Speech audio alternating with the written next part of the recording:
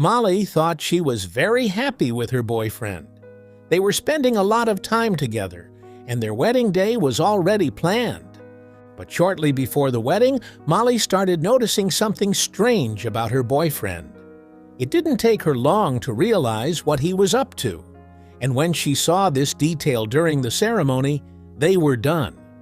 But before we start, smash the like button and make sure to subscribe if you haven't, and hit that notification bell so that you won't miss any new stories. Molly and Spencer spent a lot of time together, and she couldn't imagine a better boyfriend. They had no children yet, but after 4 years together, it was time for a beautiful wedding. The two lovebirds were going to get married, and the idea of having their own family started to develop. But a few months before the ceremony, Spencer started behaving more and more strangely. It was heartbreaking. Spencer kept coming home late from work, and we're not talking about a few hours of overtime here. No, Spencer sometimes stayed out until midnight.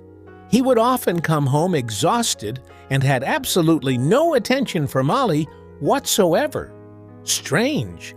Molly soon began to doubt the stories her boyfriend told her. Every time Spencer told her that he was deep diving into the company numbers working with his colleague Clark, and that it was probably going to be a late one. However, Spencer did not know that Molly also had Clark's number. When she called his colleague, he told her that he had just gone home at 5 p.m. that day. There were holes in her fiancé's story, and Molly didn't trust it one bit.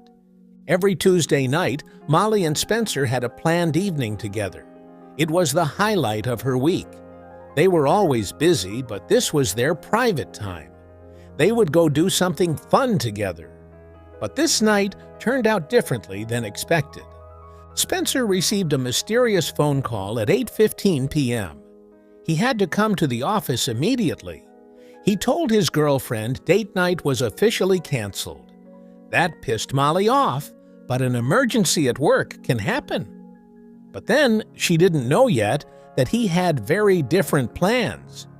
As she walked back to the kitchen halfway through the film for a second glass of wine, she suddenly saw something standing in the corner of the room, her boyfriend's work bag.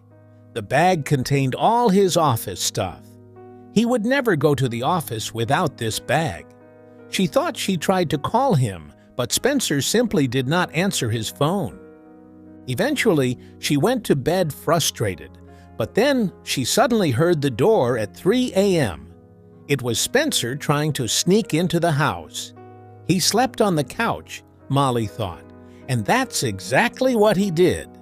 The next morning, Molly was walking down the stairs when she saw her boyfriend lying there on the sofa. At first, she wanted to confront him, but just before she tried to shake him awake, she suddenly smelled something. What is that smell? It smells like women's perfume, but the intensity and foulness of it was just horrible. At that point, she decided she didn't want to confront him. Molly couldn't take it anymore. She was not going to wait any longer and decided to investigate these strange occurrences on her own. One night when she couldn't sleep, it was the first time in days that her boyfriend was sleeping in the same bed that she was. In the middle of the night, his phone received a text message. Her hand quickly reached for his bedside table. If he woke up from the vibration, she had lost her chance. But she was quick, and she lifted the phone without him ever noticing. She unlocked his phone and read the message. It was a woman called Sophie, a name that was unfamiliar to Molly.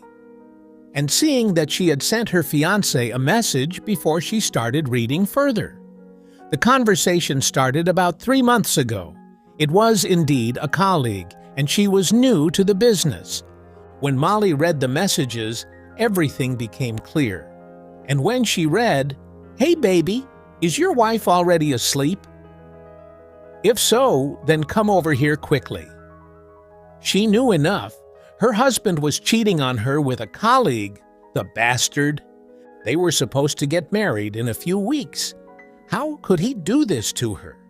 She decided to come up with a plan that her future ex-boyfriend would not soon forget. She was the first to tell her friends about her boyfriend's cheating. "I would dump him immediately and cancel the wedding," they all shouted. But Molly wanted none of it. She had a much better plan in mind. "The wedding must and will go ahead, but not because I love him. He will pay." And this is how she walked over to her friends and whispered something in their ears. It was the big day of the wedding, and it looked to be a great party at least, so it seemed to the visiting guests and, of course, to her husband to be Spencer, because that was exactly Molly's plan. She wanted everybody to be in the dark. The guests were already sitting in the hall waiting for her to walk down the aisle. But first, she had to tell her father about the plan. Now he too was in on the plot. "Let the show begin," she said with full confidence. Spencer didn't notice anything. He had been outside for a while laughing with his friends who were telling prepared jokes about him. The pastor held the microphone in front of Spencer's mouth, and it was now up to him to tell an interesting story for all the people present. He first started by thanking everyone attending this joyful day and told everyone how beautiful his almost wife looked. His almost wife, if he only knew, Molly thought. But as he made his speech, which was mostly about himself, like everything in their relationship always was, Molly suddenly smelled something.